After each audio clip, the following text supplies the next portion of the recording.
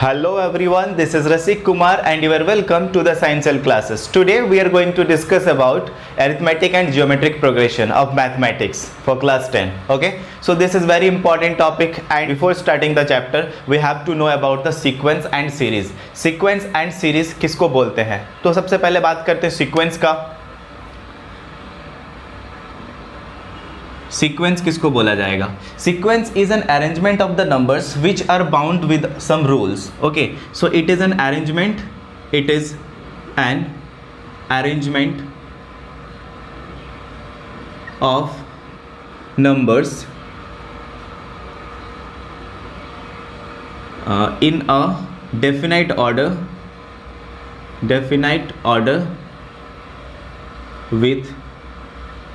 within a rule. मतलब एक rule के साथ वो लोग बाउंडेड रहेंगे. ओके, जैसे कि एग्जाम्पल के तौर पे हम लोग मान सकते हैं 2, 4, 8, 16. This can be a sequence. How can we say this is a sequence? According to the definition, can we say that all the numbers are increasing, all the numbers are multiplied by 2 in every steps? 2 into करने से 2, it will become 4, and 4 2s are 8, 8 2s are 16, and in this way it will go on. Okay, so we can say that it is a sequence because they are bounded with a rule. Next one, we can also take one more example. 7, 9, 11, 13. What are these? Here we are adding 2 in every step. We are adding 2 in every step. What does it means? We can also say that it is a sequence. तो इसको भी हम लोग sequence कह सकते हैं. तो ये रहा आपका sequence. And series किसको बोला जाएगा? सीरीज किसको बोलेंगे? सीक्वेंस को अगर हम लोग सम अप करके लिखते हैं, जैसे कि अगर मान लीजिए एक सीक्वेंस है तो इसको सीरीज के फॉर्म में कैसे लिखा जाएगा? इसको सीरीज कब बोलेंगे? जब 2 + 4 + 8 + 16 प्लस ऐसे करके सारे नंबर्स को ऐड कर देंगे. So we can say that it is a series. Again this one is a sequence and we will add them. If we add them 7 + 9 + 11 + 13, so we can say that it is a series. So here we are very clear with the sequence and series. Sequence वो सारे number का arrangement है जो एक definite rule के अंदर arranged रहते हैं, डेफिनेट रूल के अंदर रहते हैं. जैसे कि ये सब यहाँ पे डबल होते जा रहा है, यहाँ पे ऐड होते जा रहे हैं, तो उसको हम लोग बोलेंगे sequence. But in this case series, if we will add the numbers which are in sequence, we can say that it is a series. Okay, so we are very clear about it. Sequence and series क्या है? अब बात ये आते हैं, हम लोग अपने टॉपिक पे वापस आते हैं. हम लोगों का टॉपिक है arithmetic and geometric progression. In short form we can say that it is a AP and GP. AP for arithmetic progression and GP for geometric progression. तो arithmetic progression हम लोग सबसे पहले ख़त्म करते हैं, फिर geometric progression पे चलेंगे कंटिन्यूअस. तो सबसे पहले अरिथमेटिक प्रोग्रेशन किसको बोला जाएगा? चलिए हम लोग शुरू करते हैं एपी, अरिथमेटिक प्रोग्रेशन. तो एपी किसको बोला जाएगा? अब स्टार्ट करते हैं arithmetic progression. Arithmetic progression AP, इसको शॉर्ट फॉर्म में एपी बोला जाता है. तो कोई भी सीक्वेंस को हम लोग अरिथमेटिक प्रोग्रेशन तो नहीं बोल सकते, बट क्या रूल होगा कि हम लोग उसको अरिथमेटिक प्रोग्रेशन बोलेंगे? तो जैसे कि देखिए, अगर कोई भी सीक्वेंस इस फॉर्मेट पे रहे, if any sequence is in the form of, इस तरीके से अगर रहा, मान लीजिए फर्स्ट टर्म ए, उसके बाद a + d, फिर उससे d बढ़ जाएगा a + 2d, फिर उससे और d ऐड कर देंगे तो a + 3d. ऐसे करके अगर वो इंक्रीज़ होते हुए जाए तब हम लोग उसको बोल सकते हैं, इंक्रीज़ या डिक्रीज़ होते हुए जाए तो उसको हम लोग AP बोल सकते हैं. तो ये AP का एक फॉर्मेट है. एग्जाम्पल आप समझ सकते हैं कि क्या हो सकता है यहाँ पे. जैसे कि अगर हम लोग 3 लेते हैं और 4 ऐड कर देते हैं तो नेक्स्ट टर्म क्या हो जाएगा? 7. फिर अगर हम लोग 4 ऐड करते हैं तो 11, फिर 4 ऐड करते हैं तो 15. इस तरीके से वो इंक्रीज़ होता हुआ चला जा रहा है. डिक्रीज़ भी हो सकता है, जैसे मान लीजिए हम 15 लेते हैं, 2 डिक्रीज़ करते हुए चलेंगे, 13, 11, इस तरीके से 9, ये चलता जाएगा. तो ए भी एक AP हो जाएगा, ए भी एक AP हो जाएगा. क्यों भाई? क्योंकि यहाँ पे हर एक चीज़, कुछ चीज़ ऐड होते हुए जा रहा है. इसी फॉर्मेट पे लिख सकते हैं कि नहीं? इसको देखो तो 3, इसको लिखेंगे 3 + 4, यहाँ पे लिखेंगे 3 + 2 × 4, 3 + 8 करने से 11 आता है. इसको कैसे लिख सकते हैं? 3 + 3 इंटू 4, 3 4 ज़ा 12 और 3 15, तो ए हो जाएगा एक एपी का फॉर्मेट। एपी मतलब हो जाएगा यहाँ पे एक सीक्वेंस, एक सीक्वेंस जहाँ पे नंबर्स कुछ इंक्रीज होते हुए चल रहे हैं या डिक्रीज होते हुए चल रहे हैं, और एक इस टाइप का रूल में होते जाएगा, मतलब या तो कुछ ऐड होते जाएगा या तो कुछ सब्ट्रैक्ट होते हुए चलेगा, तो इसको हम लोग एपी कह सकते हैं। तो चलिए कुछ एग्जांपल्स देख लिया जाए एपी का। जैसे हमने तो 2 एग्जांपल ले लिए हैं, तो इन दोनों को एपी में है कि नहीं है प्रूफ कैसे करेंगे। आप इसमें देखिएगा कॉमन चीज़ क्या है। अब अगर यहाँ से इसको सब्ट्रैक्ट करेंगे तो कितना आएगा, 4 आएगा। इससे इसको सब्ट्रैक्ट करेंगे तो कितना आएगा, 4 आएगा। हम इसको फिर से लिख के बताते हैं। यहाँ पे 3 है, 7 है, 11 है, 15 है, इस तरीके से बढ़ता चला जा रहा है। इसको अगर प्रूफ करने बोला जाए, आपको मान लीजिए पता नहीं कि वो एपी में है, you have to prove that this one is in AP, then what you have to do, you have to find out the differences, means 7 - 3 that is equals to 4। फिर उसी तरीके से 11 - 7, 11 - 7 तो वो भी कितना आ रहा है, 4। उसी तरीके से इससे इसको सब्ट्रैक्ट करेंगे, 15 - 11 that is also equals to 4। तो मतलब आपको क्या मिल रहा है, हर डिफरेंस सेम मिल रहा है, तो इसको बोलेंगे कि वो एपी में है। So to prove that any sequence is in AP, we just have to find out the differences, and if they are equal then we can say that it is in AP. तो उसको हम लोग AP में बोल सकते हैं। तो ज़रा सोचिए कि अगर एपी में प्रूफ करने दिया तो हम लोग इस तरीके से प्रूफ कर लेंगे, लेकिन एपी का कौन सा टर्म को क्या बोला जाता है वो भी जान लेते हैं। This is the standard form of an AP. अब इस स्टैंडर्ड फॉर्म में जो पहला टर्म है A1 that is equals to A, इसको बोला जाता है फर्स्ट टर्म। इसको क्या कहते हैं, फर्स्ट टर्म। ओके, फिर इससे इसको माइनस करेंगे, मतलब आप अगर A2 से A1 को माइनस कर देंगे या A3 से A2 को माइनस कर देंगे तो आपको क्या मिलेगा, कॉमन डिफरेंस। कॉमन डिफरेंस जिसको हम लोग D से रिप्रेजेंट किए थे। D is equals to D, इससे इसको माइनस करिए D आएगा, इससे इसको माइनस करिए D आएगा, तो उसको कॉमन डिफरेंस बोला जाता है। तो ये चीज़ याद रखिएगा, A is the first term and D is the common difference. मतलब हर बार क्या होगा, कॉमन डिफरेंस जो है ऐड होते हुए चलता जाएगा, ठीक है। A + D, A + 2D, A + 3D, A + 4D ऐसे करके ऐड होते हुए चलेगा। वो पॉजिटिव भी हो सकता है और नेगेटिव भी हो सकता है। तो चलिए हम लोग एपी का जनरल टर्म के बारे में बात करेंगे, ठीक है।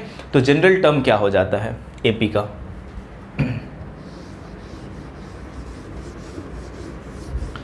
General term of an AP मतलब जो सबके लिए स्टैंड करेगा, जिससे हम लोग कोई भी टर्म्स निकाल सकते हैं। जैसे कि देखिए यहाँ से अगर हम फर्स्ट टर्म निकालने की कोशिश करेंगे A1, so that will be equals to A, ठीक है। फिर अगर A2 निकालेंगे तो कितना है, A + D। फिर थर्ड टर्म क्या हो जाएगा, A3 that is equals to A + 2D। Fourth term क्या हो जाएगा, A4 that is equals to A + 3D। इस तरीके से चलता जाएगा ये सारे टर्म्स। इसको एक सीक्वेंस मतलब अच्छे से सजा के अगर लिखा जाए तो इसको हम लिख सकते हैं 0 × D, और यहाँ पे कुछ नहीं मतलब 1 × D लिखा जा सकता है। ज़रा इसको देखिए तो A + 1 - 1 × D कर सकते हैं, क्योंकि 1 - 1 0 हो जाएगा। इसको क्या लिख सकते हैं, A + 2 - 1 × D। देखिए 2 - 1 करने से 1 आ जाता है। फिर यहाँ पे हम लोग क्या लिख सकते हैं, A + 3 - 1 × D, और यहाँ पे लिख सकते हैं A + 4 - 1 × D। तो आपको क्या समझ में आ रहा है कि जितना नंबर टर्म है उससे अगर 1 माइनस करके D से मल्टीप्लाई कर देंगे और A से ऐड कर देंगे तो हमको उतना नंबर टर्म्स मिल जाएगा। जैसे फोर्थ टर्म है तो 4 - 1, थर्ड टर्म है तो 3 - 1, ठीक है। तो इसी तरीके से आपको जनरल टर्म मतलब nth टर्म निकालना है। मान लीजिए तो an will be equals to what, A + n - 1 × D। क्यों हुआ पता है, चल रहा होगा, 1 है तो 1 - 1 × D, 2 है तो A + 2 - 1 × D, 3 है तो A + 3 - 1 × D, 4 है तो A + 4 - 1 × D। उसी तरीके से nth टर्म अगर निकालेंगे तो A + n - 1 × D करना पड़ेगा।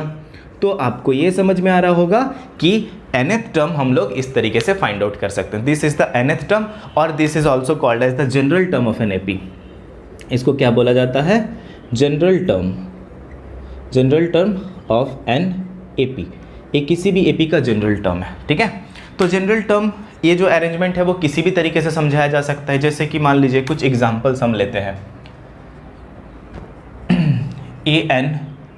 an is equals to 2n + 3। मतलब ये जनरल टर्म है, आपको समझना है कि AP क्या हो सकता है। मतलब आपको A1 निकालना है फर्स्ट टर्म, n के जगह पे 1 डाल दिए तो 2 × 1 + 3 that is equals to 5।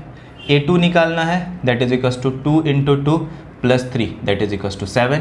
A3 निकालना है तो that is equals to 2 into 3 plus 3 that is equals to 9। तो इस तरीके से वो इंक्रीज करता हुआ चलेगा। तो nth टर्म या फिर nth टर्म नहीं भी निकालते हैं तो इसको AP में अगर कन्वर्ट करेंगे तो AP में कैसे लिख सकते हैं इसको, दैट इज़ 5, 7, 9, इस तरीके से वो चलता जाएगा। तो ए वाला AP को हम लोग ऐसे लिख सकते हैं। तो AP का रिप्रेजेंटेशन जनरल टर्म के हिसाब से ऐसे हो जाएगा, और नॉर्मली अगर कॉमा दे के लिखा जाए सीक्वेंस के फॉर्म में तो ए हो जाएगा AP। ठीक है, तो AP क्या है वो तो समझ आया। अब क्वेश्चन ये आता है, जैसे कि यहाँ पे हमने प्रूफ किए थे थोड़ा देर पहले कि AP में है कि नहीं है कोई भी सीक्वेंस, प्रूफ कैसे करेंगे। तो अगर कॉमा दे के लिखा हुआ है, इस तरीके से अगर लिखा हुआ है तो आपको प्रूफ करने के लिए क्या करना पड़ेगा, इससे इसको सब्ट्रैक्ट कर देंगे 2 आएगा, इससे इसको सब्ट्रैक्ट कर देंगे 2 आएगा। मतलब कॉमन डिफरेंस निकालने की कोशिश करेंगे। हर बार अगर कॉमन डिफरेंस सेम आए तब हम बोलेंगे कि वो AP में है। लेकिन अब बात ये आता है कि अगर इस टाइप से दिया हुआ रहे तो आप कैसे पता लगाएं कि वो AP में है कि नहीं।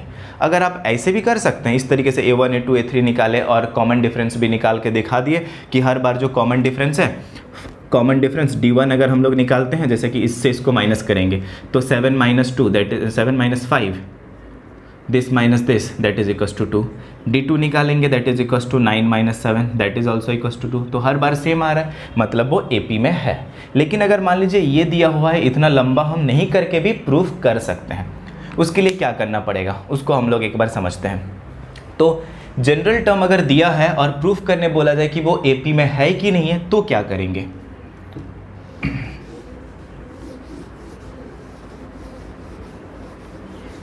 तो उसके लिए हम लोगों को एक फॉर्म समझना पड़ेगा, एक फॉर्मूला या फिर रूल समझना पड़ेगा, जो कि है कि एनी सीक्वेंस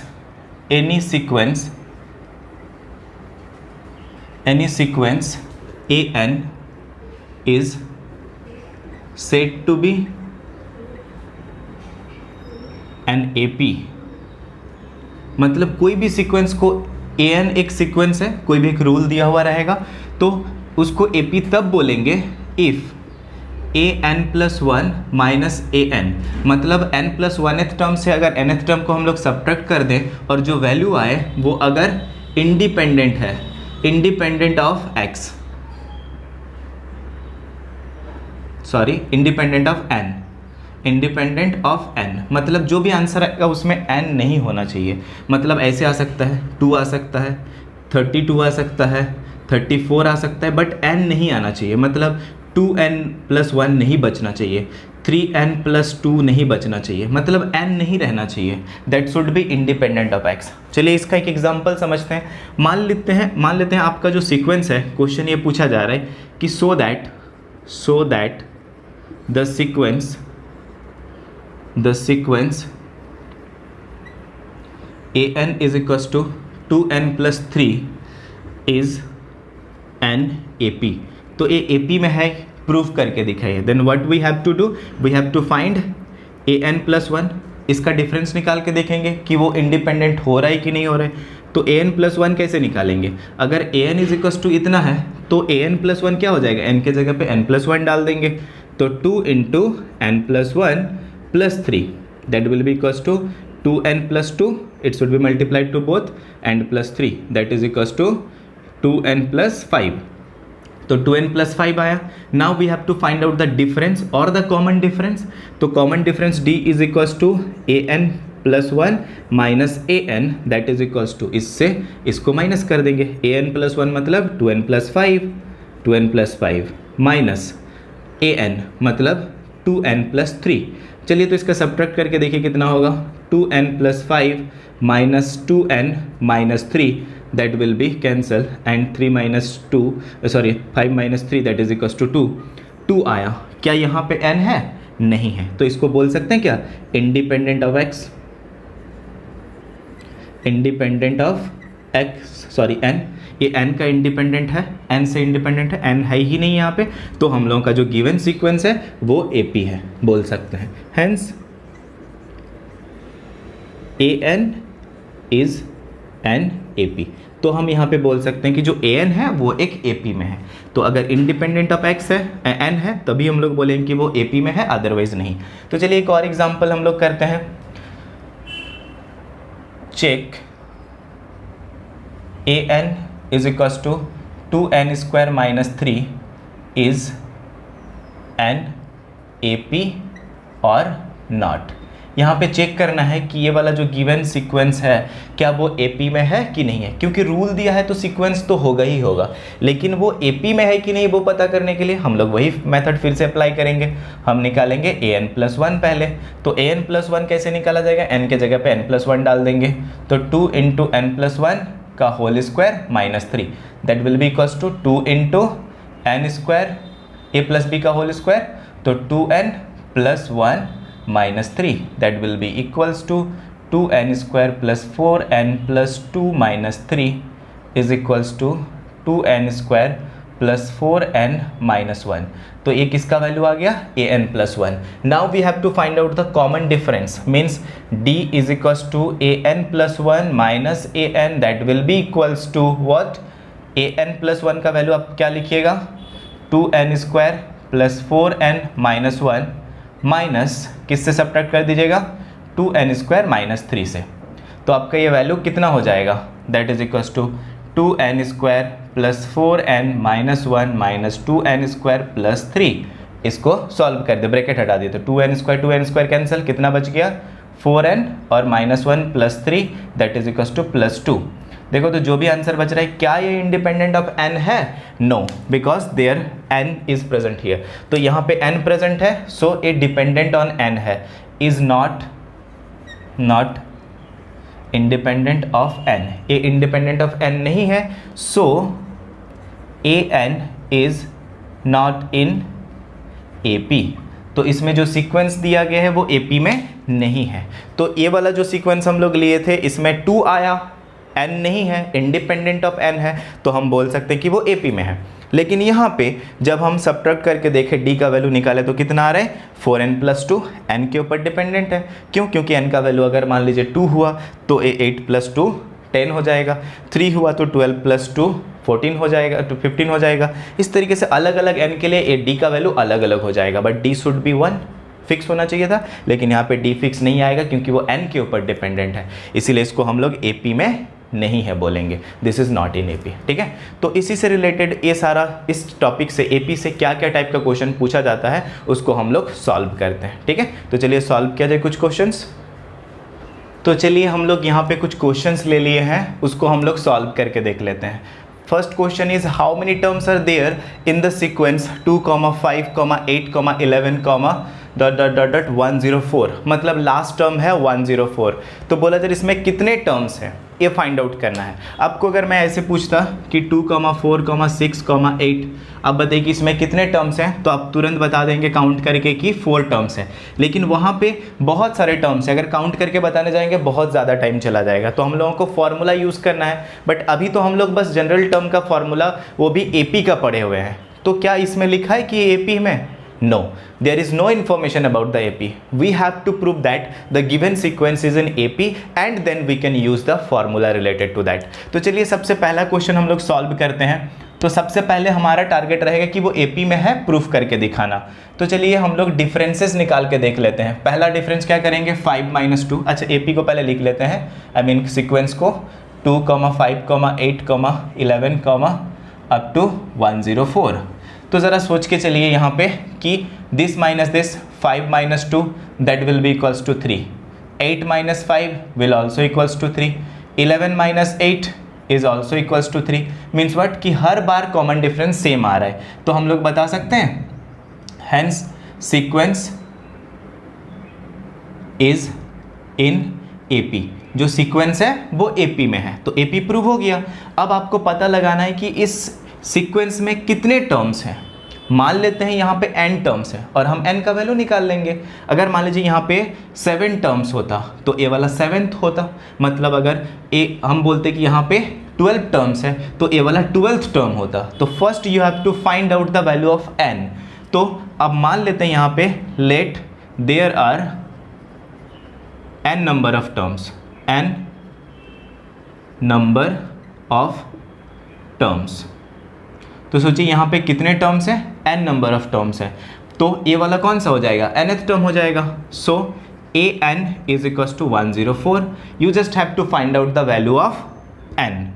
So here यहाँ से अगर AP में है तो फर्स्ट टर्म बताइए तो क्या होगा, first term is 2d, common difference, इससे इसको माइनस करेंगे, इससे इसको माइनस करेंगे तो 3 ही आ रहा है, तो d इज इक्वल टू 3. ये गिवन इन्फॉर्मेशन क्वेश्चन से ही मिल जाता है. तो an इज इक्वल टू इतना, an का फॉर्मूला क्या होता है, a plus n minus 1 into D, that is equal to 104.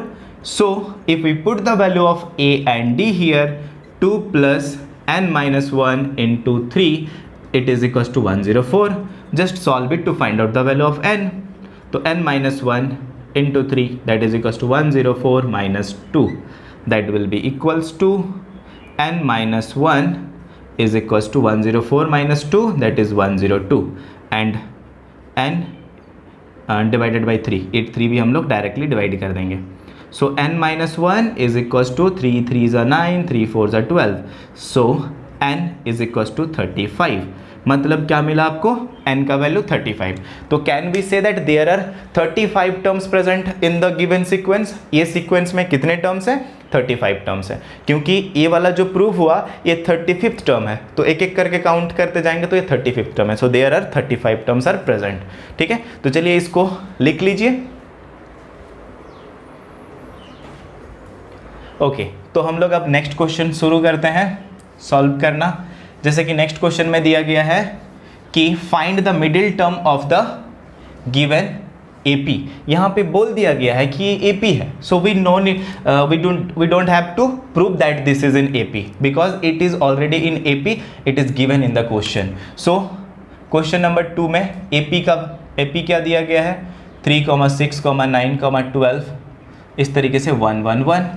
तो आपको क्या निकालना है, मिडिल टर्म. मिडिल टर्म मतलब समझ लीजिए इतने सारे टर्म्स है तो बीच में कौन है. मान लीजिए 3 टर्म्स है, A1 है, A2 है, A3 है, 3 टर्म्स है, तो मिडिल में कौन है, A2. अगर 4 होता तो A1, A2, A3, A4, तो मिडिल में कौन आएंगे, 2 आएंगे, क्योंकि इसके मिडिल में 2 टर्म्स है.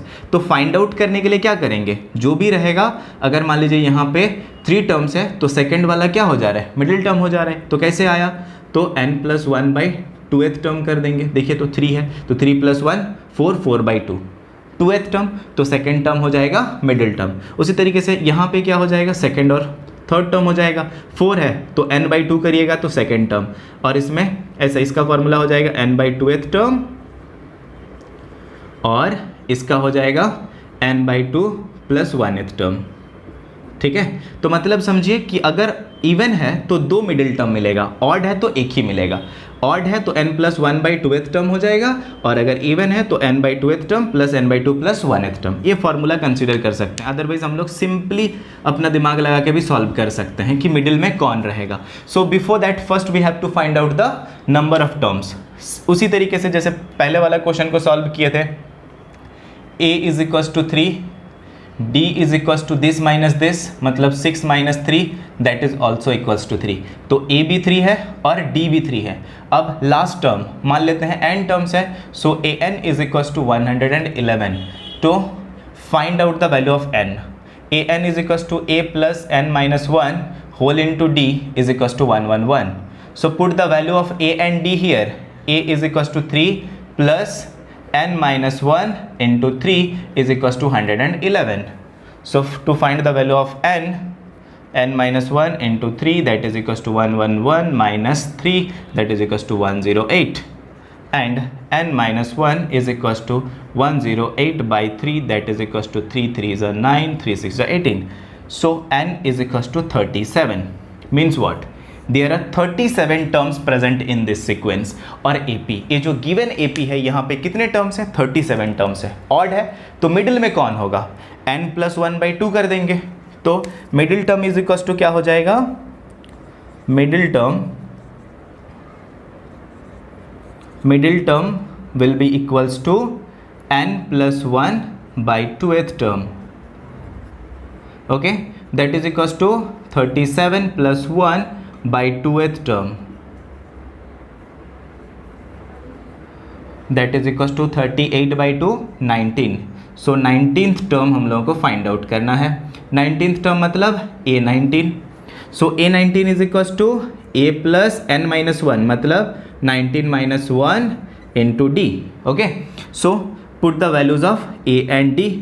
सो a का वैल्यू हम लोग कितना पुट करेंगे, a is equals to 3 plus 19 minus one that is 18 into d. d means what, that is also 3. So that is equals to 3 plus 54 that is equals to 57. So 57 is the middle term. 37 is the number of terms present in the sequence and 57 is the middle term which is situated at the middle. Okay, so ये हो गया second question. चलिए इसका भी note down कर लीजिए इसको. Next हम लोग सॉल्व करते हैं क्वेश्चन नंबर 3. तो क्वेश्चन नंबर 3 में क्या दिया गया है, if the seventh term of the AP is 32, seventh term अगर 32 है and 13th term is 62, then find out the value, I mean find out the AP. AP मतलब क्या हो जाता है, a plus d, a plus 2d, AP निकालना है, मतलब कॉमा दे के नंबर्स को लिखना है. तो हमको क्या चाहिए, a और d चाहिए. तो इस गिवन इन्फॉर्मेशन से हमको a और d निकालना होगा. तो चलिए पहले देख लिया जाए क्वेश्चन में क्या क्या गिवन है. First one, seventh term is 32 means a7 is equals to 32. अब a7 मतलब क्या लिखिएगा, a plus n minus one into d is equals to 32. n के जगह पे आपको क्या लिखना है, 7, क्योंकि सेवेंथ टर्म है, n का वैल्यू 7 है. तो a कितना हो जाएगा, a plus 6d is equals to 32, equation 1. ठीक है, उसी तरीके से आपको चेक करना है. एक और इन्फॉर्मेशन दिया गया है कि 13th term is 62. Also 13th term means a13 is equals to 62, that will be equals to a plus n minus 1 into d, मतलब 13 minus 1 into d is equals to 62. It becomes a plus 12d is equals to 62, equation 2. Means what, we have to find out the value of a and d. So we can find the value of a and d by solving these two equation. So यहाँ पे solve करेंगे, solving 1 and 2. कैसे solve किया जाए देखिएगा, दोनों को हम लोग सब्ट्रैक्ट कर देंगे, इससे इसको सब्ट्रैक्ट कर देंगे तो क्या हो जाएगा, ए कैंसिल हो जाएगा, डी निकल जाएगा. तो a plus simultaneous linear equation solve करके के हिसाब से हम लोग इसको सॉल्व कर रहे हैं. A plus 60 is equals to 32 and a plus 12d is equals to 62 and we have to subtract, so sign will be changed. Okay, so a will cancel each other and here we will get minus 6d is equals to minus 30. So minus minus will cancel and d is equals to 30 by 6 that is equals to 5. Okay, so common difference d is equals to 5. Now you have to find out the value of a also. So from here, from 1, so from 1 से हमको a मिल जाएगा, a plus 6d, 6 into 5 is equals to 32 means a plus 30 is equals to 32. Means a is equals to 32 minus 30 is equals to 2. So here a is equals to 2 and d is equals to 5. So a और d हम लोगों को मिल गया. अब क्या करना है, AP निकालना है. So hence the AP is, तो AP क्या हो जाएगा, a comma a plus D comma a plus 2d comma ऐसे करके हम लोग लिख देंगे. तो a के जगह पे क्या लिखा जाएगा, a is 2 comma 2 plus 3 comma 2 plus 2 into 3. Okay, 2d मतलब 2 इंटू 3 कॉमा इस तरीके से चलता जाएगा. दैट इज़ कितना हो जाएगा, 2 कॉमा 5 कॉमा 2 3 6 2 8 कॉमा इस तरीके से चलता जाएगा. सो ए हो गया हमारा given AP, I mean sorry required AP जो हम लोग को फाइंड आउट करना था. तो AP को कैसे फाइंड आउट किया हम लोग, पहले जो गिवन इन्फॉर्मेशन था वो दोनों को लिख लिए. A भी क्वेश्चन में गिवन था और A भी गिवन था. तो जो गिवन इन्फॉर्मेशन है उसमें से हम लोग क्या फाइंड आउट कर रहे हैं, पहले दो इक्वेशन फाइंड आउट कर लिए और फिर A और D निकाल लिए. तो इस तरीके से हम लोग AP को निकाल सकते हैं. मोस्ट ऑफ द क्वेश्चंस में ये रूल फॉलो होगा, जो भी दिया रहेगा उसमें A और D फाइंड आउट करने की कोशिश करेंगे और हम लोग उससे AP निकाल सकते हैं. तो AP निकालने के लिए ये रूल फॉलो करिएगा. ठीक है, तो चलिए हम लोग यहाँ पे कुछ और न्यूमेरिकल सॉल्व करते हैं उससे रिलेटेड. ये भी काफ़ी इंपॉर्टेंट क्वेश्चन है. Fourth number is determine the AP whose 8th term is 31 and 15th term exceeds the 11th term by 16। तो जैसे कि मैंने बताया था कि इस टाइप का क्वेश्चन जहाँ पे भी AP निकालने बोलेगा हम लोग गिवन इन्फॉर्मेशन से A और D फाइंड आउट करेंगे। अगर A और D मिल गया तो हमको AP निकालने में कोई ज़्यादा टाइम नहीं लगेगा। तो गिवन इन्फॉर्मेशन से 4 से हमको क्या मिल रहा है कि 8th term is 31 means A8 is equals to 31 means what A plus 7D, 7D कैसे हुआ n-1 into d is equals to 31। तो इसको इक्वेशन 1 कंसीडर कर सकते हैं, ठीक है। तो हमको एक इक्वेशन मिल गया, सॉरी 7D, तो A plus 7D is equals to 31। Next point is information is 15th term exceeds the 11th term by 16, मतलब 15th टर्म जो है वो 11th टर्म से 16 ज़्यादा है। तो अकॉर्डिंग टू क्वेश्चन हम लोग ये देख सकते हैं, according to question A15 is equals to A11 plus 16, उससे 16 ज़्यादा है, मतलब A15 is equals to A plus 14D लिखा जा सकता है, n-1 into d formula put करके इज इक्वल्स टू 11D को क्या A11 मतलब A प्लस 10D मतलब 11 माइनस 1 इंटू डी प्लस 16, उससे 16 ज़्यादा है। तो देखिए तो A और A कैंसिल हो जाएगा, that means 14D minus 10D is equals to 16 means 4D is equals to 16, D is equals to 16 by 4, that is equals to 4 here. So here we are directly getting the value of D, that is 4, okay, and put this value of D in that equation 1, we can find out the value of A. So from 1 A plus 7 into 4 is equals to 31. Here A is equals to A plus 7 4s are 28 is equals to 31. A will be equals to 31 minus 28, that means A is equals to 3. So A का value 3 मिल गया और D का value 4 मिल गया। So A और D मिल गया तो AP find out करना है। So hence AP is क्या हो जाएगा A comma A plus D कमा A प्लस 2D कमा इस तरीके से चलता जाएगा। आप 4 भी निकाल सकते हैं, 5 भी निकाल सकते हैं, लेकिन 3 मिनिमम निकालने से काम हो जाता है। तो first term A means that is 3 comma A plus D, तो A के जगह पे 3 plus D is equals to 4 comma A plus A मतलब हो गया 3 again 3 plus 2 into d 2 into 4, इस तरीके से बढ़ता चला जाएगा। सो इट विल बिकम 3 7 3 4 2 4 ज़ा 8 प्लस 3 11, तो इस तरीके से बढ़ता चला जा रहा है, ठीक है। तो ये हमारा AP हो जाएगा, required AP is this one 3 7 11, इस तरीके से हम लोगों को AP मिल जाएगा। तो चलिए इसको लिख लीजिए, हम आगे क्वेश्चन सॉल्व करते हैं। ओके, तो यहाँ पे क्वेश्चन नंबर 5 में क्या दिया गया है देखिएगा। Question number 5, how many 3 digits natural numbers are divisible by 7। ऐसे देखने से क्वेश्चन AP से बनेगा लग नहीं रहा है, बट अगर डीपली सोचा जाए तो वो AP का क्वेश्चन है। बोला जा रहा है कितने नंबर्स हैं 3 डिजिट के जो कि 7 से डिविजिबल है। पहले बात कर लेते हैं कि 3 डिजिट्स के नंबर कितने होते हैं, 3 डिजिट्स के नंबर क्या क्या है। 3 डिजिट नंबर कहाँ से स्टार्ट होता है, 100 से। 100 is the list 3 digit number and maximum 3 digit number is 999। तो चलिए 3 डिजिट नेचुरल नंबर्स क्या क्या हो जाता है, स्टार्टिंग होता है 100 से और 101 ऐसे चलता जाएगा कहाँ तक, 999। तो ये हो गया सारे नंबर, सारे 3 डिजिट नंबर जो कि नेचुरल नंबर है। लेकिन हम लोगों को कौन सा चाहिए, विच आर डिविजिबल बाई 7। तो जो 7 से डिविजिबल है देख लीजिए इनमें से कौन कौन सा 7 से डिविजिबल होगा। तो सबसे पहला नंबर जो 7 से डिविजिबल है वो हो जाएगा 105, क्योंकि ये भी डिविजिबल नहीं है, ये भी नहीं है, ऐसे करके चेक करते जाओगे। 105 is the divisible by 7। So next term will B 112, next term will B 119। इस तरीके से ये सारे नंबर्स जो हैं वो 7 से डिविजिबल हैं। और अगर देखा जाए लास्ट टर्म जो 7 से डिविजिबल वो होगा वो है 994।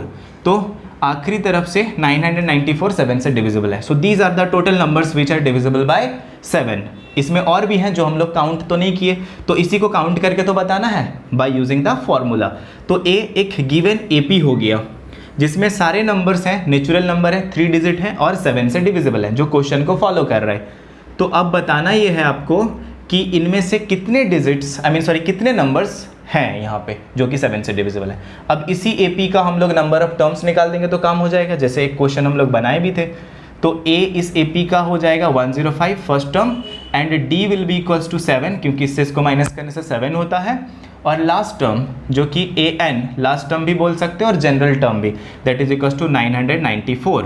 ठीक है, तो 994 it means AN is equals to क्या हो जाएगा, A plus n minus 1 into d is equals to 994। So A का वैल्यू हम लोग कितना पुट करेंगे 105 प्लस n माइनस 1, n का वैल्यू तो आपको निकालना है, और d का वैल्यू हम लोग कितना पुट करेंगे 7, that is equals to 994।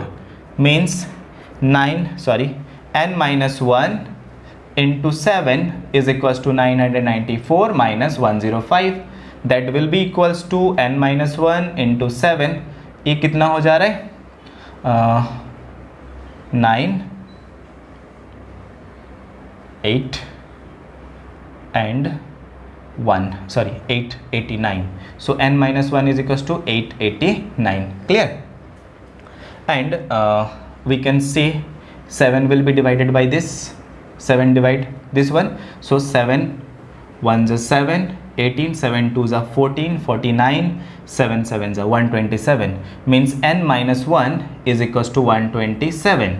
So n is equals to 128. 1 will be added to the right side.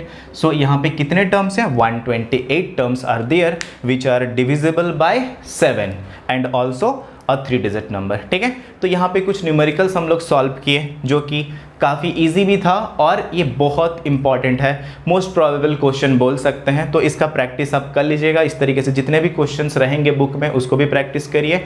सो ये आपको एग्जाम में बहुत हेल्पफुल होने वाला है। ठीक है, तो कैसा लग रहा है वीडियो, समझ में आ रहा है कि नहीं आ रहा है, आप कमेंट कर सकते हैं, और अगर कुछ डाउट है तो आप पूछ भी सकते हैं, हम उसका भी वीडियो बना के अपलोड करेंगे। ठीक है, तो मिलते हैं अगले वीडियो में। Thank you. नेक्स्ट वीडियो में हम लोग बात करेंगे इसका AP का, हम लोग टर्म्स के रिलेटेड मतलब जनरल टर्म से रिलेटेड न्यूमेरिकल्स बनाए। नेक्स्ट हम लोग पढ़ेंगे सम ऑफ द AP। ठीक है, मतलब AP के जितने टर्म्स रहेंगे उनको ऐड कर देने से कितना आएगा कितना नहीं आएगा उसका फॉर्मूला हम लोग पढ़ेंगे, फिर डिस्कस करेंगे, और उसके आगे फिर GP। तो कंटिन्यूसली हम अपलोड करते रहेंगे। ठीक है, तो मिलते हैं नेक्स्ट वीडियो में।